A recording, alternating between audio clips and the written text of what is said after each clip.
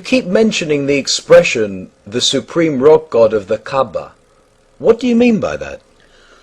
Well, when Muhammad finally subjugated the Quraysh tribe and ordered the destruction of about 360 gods and goddesses in the year 632 AD, he left only one stone unmolested in the Kaaba. Most Muhammadan Muslims have never been told or are ignorant of the following fact, as recorded in the tradition of the Arabs themselves, that the holiest rock of the Kaaba has always been and still is what they call the black stone, a meteorite that was venerated by the pagan Arabs centuries before Muhammad Islamized it by wrapping it up with a new and totally concocted historical and theological background that he plagiarized, plundered, pirated, and perverted from the Bible. It would have been inconceivable and utterly illogical for the pagan Arabs not to have a representation of their supreme rock god. It was because the black stone represented the spiritual home of the supreme rock god of the pagan Arabs that Muhammad, who according to the ahadith actually venerated it, had no choice but to keep it, the black stone. Will you please tell me why you use the expressions Muhammad's Quran instead of just the Quran and Muhammadan Muslims? Because what has eluded the understanding of most of humanity is that there is not a single letter, let alone a word, a sentence, a paragraph, or a chapter in the whole of the Quran that could have been revealed by any merciful and compassionate divinity. The Quran contains no mercy or compassion towards any human being, not even if they are followers of Muhammad. It is very important that the listeners should know that the greatest enemy, threat, and scourge of Muhammad and Islam is knowledge, and that the best friend, aid, supporter, and savior of Muhammad and Islam is ignorance.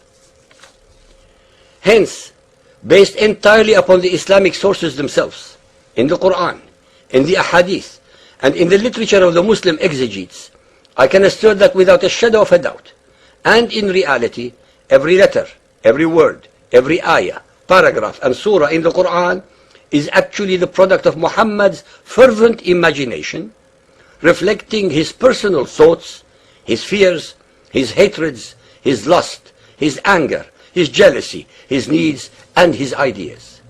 The Quran, in short, is Muhammad's own alter ego, projected into the unsuspecting mouth of Allah, the supreme rock god of the Quraysh, embedded in the corner wall of the Kaaba, called the Black Stone. As far as I know, rocks, whether black, meteorites, or gems, do not and cannot inspire human beings with revelations. That is why I repeatedly mention Muhammad's Quran, since he was its author. And in fact, Muhammad, Gabriel, and Allah are one and the same, Muhammad, with Gabriel and Allah as red herrings to give his words divine sanction. I mention Muhammadan Muslims because they follow the cult of Muhammad. Muhammadan Islam is not a religion, but only a cult. In the Oxford Dictionary, religion is the belief in the divine. Cult is the belief and in emulation of a human being. Both the Quran and the Ahadith assert and instruct, especially the males of Muhammadan Islam, to slavishly emulate the deeds, thoughts, manners, and ideas of Muhammad, since he represented the perfect male human being. This, by and of itself, represents cultism. Most important of all, there is not a single decent idea in the Quran that has not been plagiarized, pirated, plundered, and or perverted from the beliefs of others. The only new items in it are the enormous number of hate-mongering, war-mongering, torture, and hellish verses that permeate most of its pages. When Muhammad conquered Mecca in 631 AD, he allegedly entered the Kaaba and destroyed the 360 idols in its precincts, shouting, "Falsehood is destroyed, truth prevails." Muhammad, as was his modus operandi, imitated and acted up parts which belonged to the Hebrew, Israelite, and Jewish leaders. In the case above, Muhammad was imitating the greatest exemplar of monotheism, Abraham, who according to Jewish traditions destroyed the idols of his father's household. Sahih al-Bukhari hadith 4.447 narrated by Aisha. I stuffed for the Prophet a pillow decorated with pictures of animals which looked like a namruqa, i.e. small cushion. He came and stood among the people with excitement apparent on his face. I said, "O Allah's Apostle, what is wrong?" He said, "What is this pillow?" I said, "I have prepared this pillow for you so that you can recline on it." He said, "Don't you know that angels do not enter a house wherein there are pictures? And whoever makes a picture will be punished on the day of resurrection and will be asked to give life to what he has created." Sahih al-Bukhari hadith 8.130 narrated by Aisha. The Prophet entered upon me while there was a curtain having pictures of animals in the house. His face got red with anger, and then he got hold of the curtain and tore it to pieces. The Prophet said, "Such people as paint these pictures will receive the severest punishment on the day of resurrection." Al-Tirmidhi hadith 6182 narrated by Aisha. Gabriel brought a picture of her on a piece of green silk to Allah's messenger and said, "This is your wife in this world and the next." Muhammad forbade any human or animal representations whatsoever in emulation of the Torah prohibitions as mandated in Exodus 20.4. "You shall not make yourself a carved image, nor any likeness which is in the heavens above, or on the earth below, or in the waters beneath the earth." Muhammad, who went into paroxysms of rage and disgust at seeing pictures of humans or animals, but was not the least perturbed when a sexual fantasy picture of his child bride-to-be was shown to him. Sahih al-Bukhari 5.584 narrated by Ibn Abbas. When Allah's Apostle arrived in Mecca, he refused to enter the Kaaba while there were idols in it. So he ordered that they be taken out. The pictures of the prophets Abraham and Ishmael holding arrows of divination in their hands were carried out. The Prophet said, "May Allah ruin them," that is the infidels, for they knew very well that they, i.e. Abraham and Ishmael, never drew lots by these divination arrows. Then the Prophet entered the Kaaba and said, "Allahu Akbar," in all his directions, and came out and did not offer any prayer therein. This is a very interesting and incriminating story, since it does not reflect any reality. It is recorded in all the hadiths that Muhammad visited the Kaaba most of his adult life long before and long after he declared his prophethood. Why then did he not see or remark upon these alleged pictures before? Why is there no mention of these pictures in the Quran? In fact, why did he not refuse to enter the Kaaba during these 22 years of his life? According to Ibn Ishaq, concerning the satanic verses incident, Muhammad prostrated in the Kaaba with his followers and with the polytheists. Nowhere in all the hadiths is there a single occasion when Muhammad refused to either enter or circumambulate the Kaaba. Like most of the traditions after his death, counted in the hundreds of thousands, they were concocted by his followers to fit in with their different sects and agendas and have little veracity in them, as Bukhari, Muslim and others found out during their collections of the ahadith.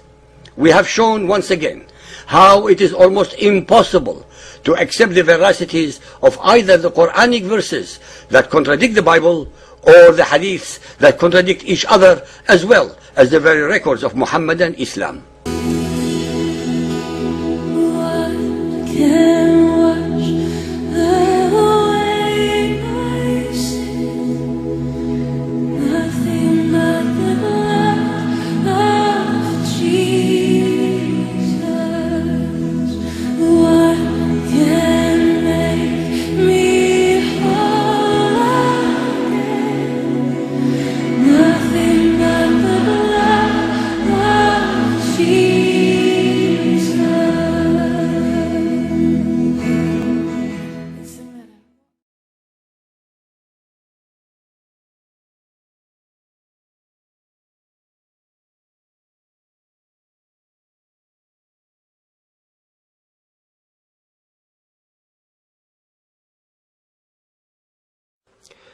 Millions of people regard the Kaaba as the holiest place in Muhammadan Islam.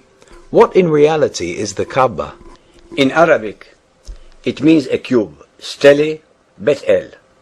The historical records show no evidence whatsoever that it was at any time but a house of idolatry, and was never associated with monotheism until the advent of Muhammad. It was a primitively structured shrine built by the pagan Arabs as a simple cube-like structure, without a roof, which sheltered a 12-inch diameter meteorite in the eastern corner of its wall. According to Ibn Ishaq, page 84, it was made of loose stones above a man's height, and they wanted to raise it and roof it because men had stolen part of the treasure of the Kaaba, which used to be in a well in the middle of it.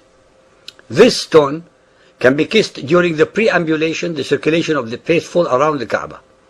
It was one of pagan Arabia's holiest shrines, with 360 idols around it, and an object of pilgrimage. Being a site of pilgrimage, brought to Mecca trade and wealth in the same way that all such sites of pilgrimage do, and as it continues to do so up to this time in Saudi Arabia. It is an astounding fact that in the Quran the name of Mecca is never mentioned, while in the Bible the name of Jerusalem is mentioned 667 times. It is also a fact that little is known about the history of the Kaaba apart from the myths and the totally unsubstantiated Muhammadan traditions, which are full of contradictions, that maintain the following: that the Kaaba was originally built by Adam to a celestial prototype. This story is neither found in the Quran nor in the Bible. That after the deluge, it was allegedly rebuilt by Abraham and Ishmael as a place of worship. Chapter 2, verse 127. And remember, Abraham and Ismail raised the foundations of the house. The Quran, the presumed word of Allah, contradicts all the ahadith stories by denying Adam any involvement whatsoever with the Kaaba, as it asserts that only Abraham and Ishmael were the builders of its foundation as the first house of worship dedicated to the one and only Allah. While engaged in rebuilding, Ishmael received the black stone from the angel Gabriel. This, of course, makes absolutely no sense, since Ishmael would have needed to build the foundations of the Kaaba to protect something special, the black stone, for example, and certainly not if it were empty. Why else did he need to build foundations to a flimsy structure not worthy of any god? The black stone had to be there in the first place as a fetish and object of veneration. Since Abraham and Ishmael were monotheists, and Abraham already, according to the Muhammadan traditions, destroyed the idols of his father, why would he and Ishmael build a shrine for another idol such as a meteorite? If the Arab tradition already knew of Abraham, why then did they lapse into idolatry for at least 25 centuries that followed, while the Israelites and the Jews carried forth the torch of monotheism that inspired Muhammad to create his Quran?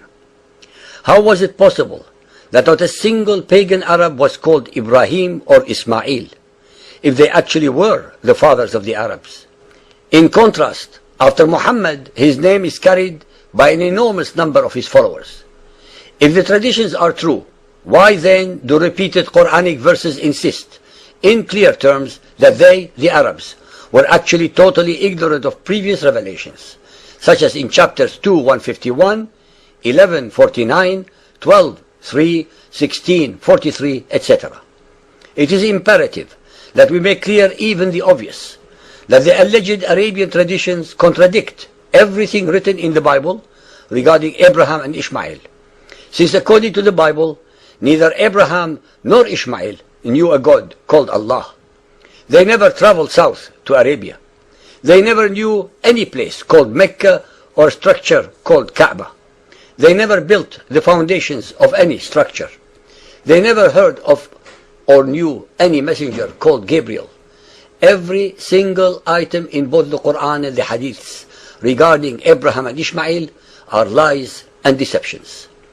Centuries before Muhammad, most of the rituals of Muhammadan Islam were already practiced by the pagan Arabs, such as pilgrimage, circumambulating the Kaaba, calling the names of their idols, kissing the black stone, prostrating, running between the two hills, Safa and Marwa, venerating Zamzam, fasting, wearing white clothing, etc., etc., etc.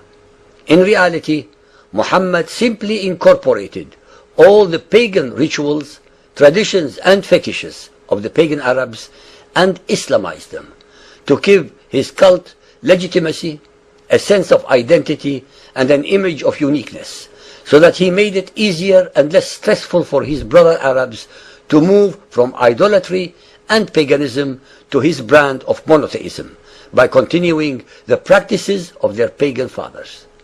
In short, all Muhammad did was merely to obliterate the pagan representations of the idols without abolishing the pagan practices. Muhammad's quarrel with his Quraysh tribe was not because they did not believe in Allah, which they obviously did, but because they associated other gods and goddesses with him. The same Muhammad who went into paroxysms of rage and disgust that filled the Quran at the idol worshipping of his tribe, the Quraysh, did not hesitate for one moment to incorporate every facet of their traditions and fetishes into his new cult without shame or remorse. During the whole period of 23 years that he used to fulminate and attack his idol-worshipping Quraysh tribe, Muhammad prayed in the Kaaba with them, while it was full of pagan gods and goddesses. His hypocrisy knew no bounds. To gain favor with the pagan Arab tribes, he actually joined them wholeheartedly, but for the single and very simple amendment to the whole of their religion. That was to believe in one Allah instead of Allah and 360 other idols. It is extremely relevant to relate the story that Umar ibn al-Khattab reluctantly but very intelligently remarked about the kissing of the black stone. In Bukhari Hadith 2.667, he remarked, "I know that you are only a stone, that neither helps nor hurts. And if the Messenger of Allah had not kissed you, I would not have kissed you." Then he kissed it. It is very revealing that although Umar knew that the gesture was empty and false, he nonetheless copied Muhammad in kissing the stone. Just like Umar, billions of Muhammadans had followed and continue to follow their spiritual leaders in this shameful practice of venerating what was and continues to be a pagan ritual. Hence every Muhammadan who makes the Hajj, who runs between the hills, who kisses the black stone, etc., is performing pagan rituals founded on pagan superstitions and sanctions by Muhammad himself. What is important to point out is that most of the same Muhammadans who incessantly assail and assault the paganism of the Christians do not even know that the entirety of their traditions and fetishes are based upon the paganism of the ancestors of the Arabs. It is always a pity and with great frustration that we cannot mention all the verses in the Quran and Hadith regarding any of the subjects that we are exploring with you for lack of time. It is up to you, the listeners, who are inquisitive and want to know more, to read the relevant books or visit the definition section in our website.